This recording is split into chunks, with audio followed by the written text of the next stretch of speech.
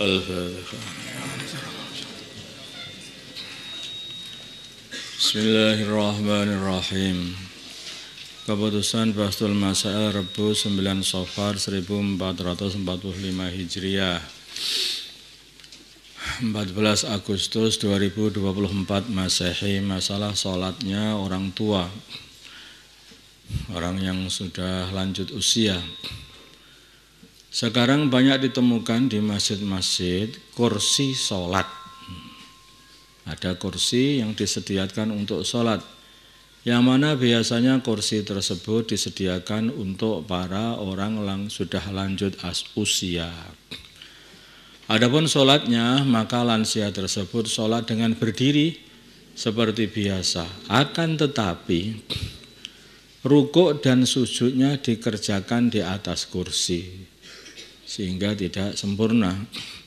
Dengan alasan bahwa jika rukuk dan sujud dengan sempurna, maka ia tidak mampu berdiri lagi.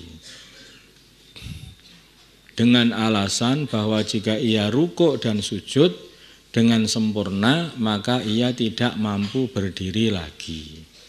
Jadi di sini ini ada di garis bawahi masalah, yaitu tidak mampunya berdiri lagi, itu perlu bantuan orang maksudnya kalau berdiri.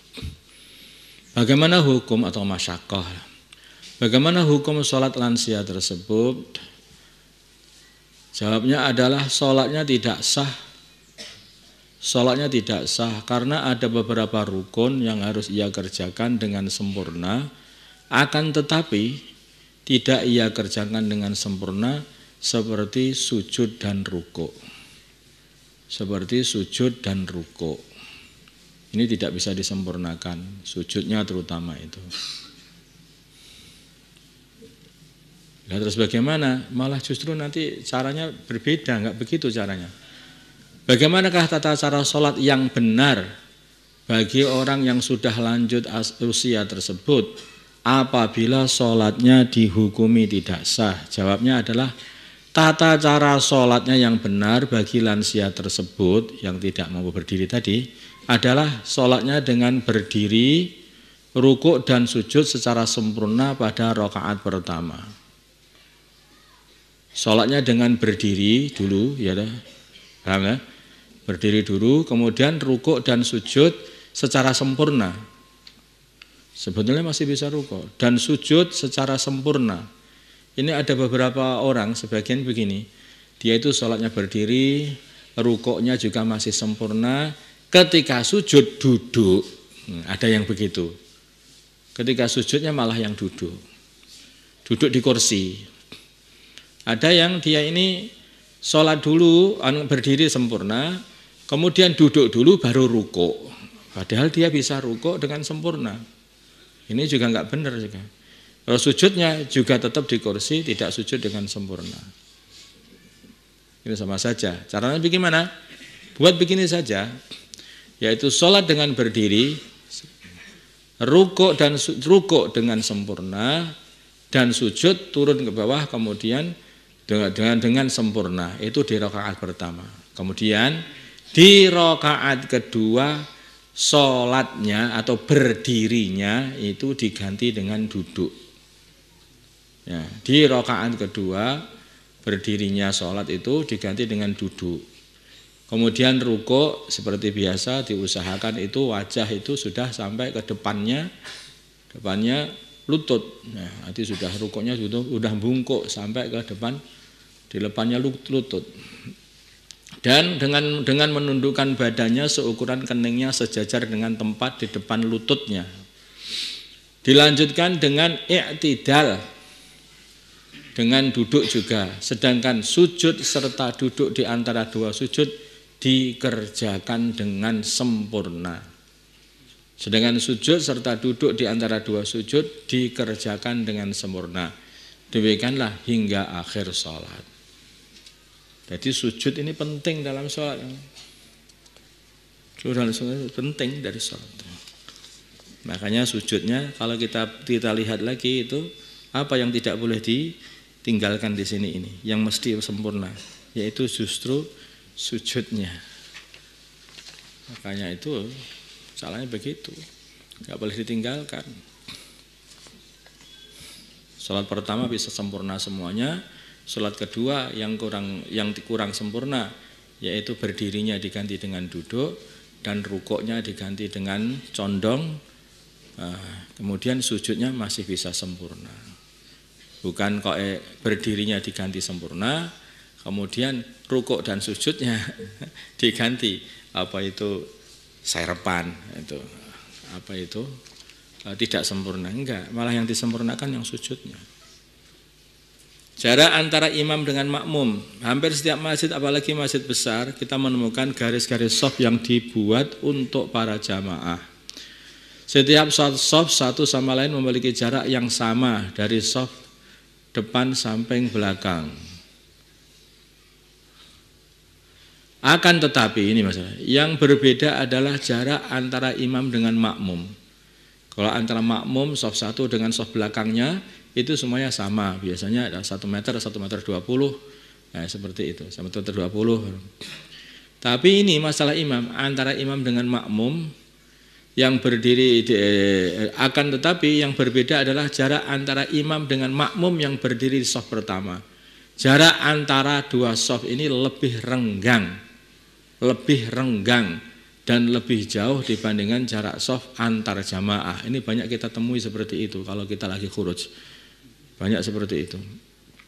Pertanyaannya, apakah ada ketentuan mengenai jarak antara imam dengan makmum yang berada di shaf pertama? Jarak antara satu shaf dengan shaf yang lain disunahkan untuk tidak lebih dari 3 dhira', yaitu 144 cm. 1,5 meter lah kurang lebih. 1,5 meter.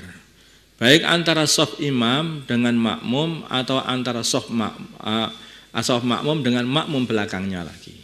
Sama. Tidak lebih dari yaitu 144 atau 3 dhira' atau 1,5 itu aja lah. 1,5 cm, ini takribi saja. 1,5 meter. 150. Dan jika ini dilanggar maka hukumnya makruh. Dan jika ini dilanggar maka hukumnya adalah makruh dan menghilangkan fadilah berjamaah.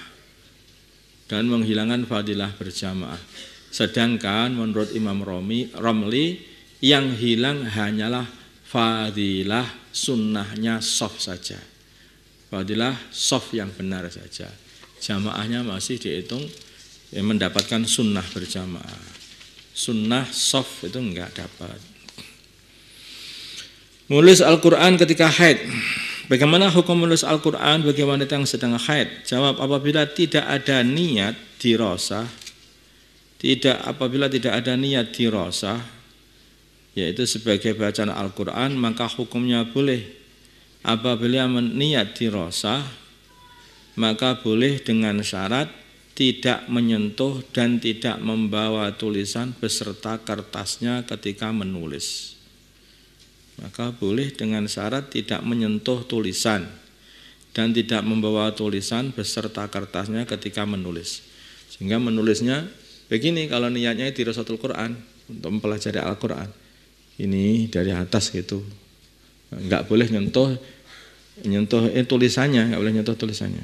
Hanya yang boleh nyentuh tulisannya aja ujung penanya saja, tangannya enggak boleh nyentuh. Dan dia tangannya juga tidak boleh mengangkat kertasnya yang sudah ada tulisan.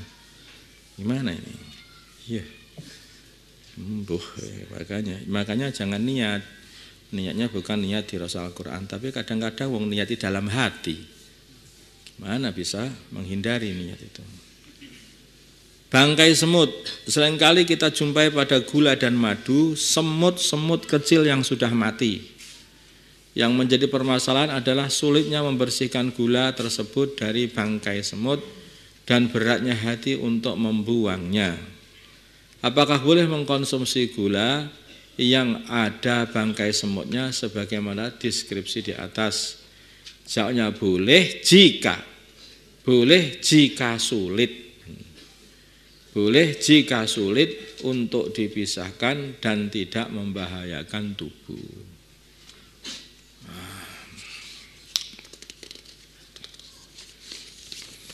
Fis. Bon. اللهم صل على سيدنا محمد وعلى آل سيدنا محمد وصليت على سيدنا إبراهيم وعلى آل سيدنا إبراهيم وبارك على سيدنا محمد وعلى سيدنا محمد باركت على سيدنا إبراهيم وعلى آل سيدنا إبراهيم في العالمين إنك حميد مجيد اللهم ارحم أمة سيدنا محمد اللهم اغفر لأمة سيدنا محمد اللهم أصلح أمة سيدنا محمد اللهم آلف بين قلوب أمة سيدنا محمد اللهم انصر أمة سيدنا محمد اللهم عاشر سلطانا نصيرا صلى الله على سيدنا محمد النبي الأمي وعلى آله وصحبه وسلم الحمد لله رب العالمين.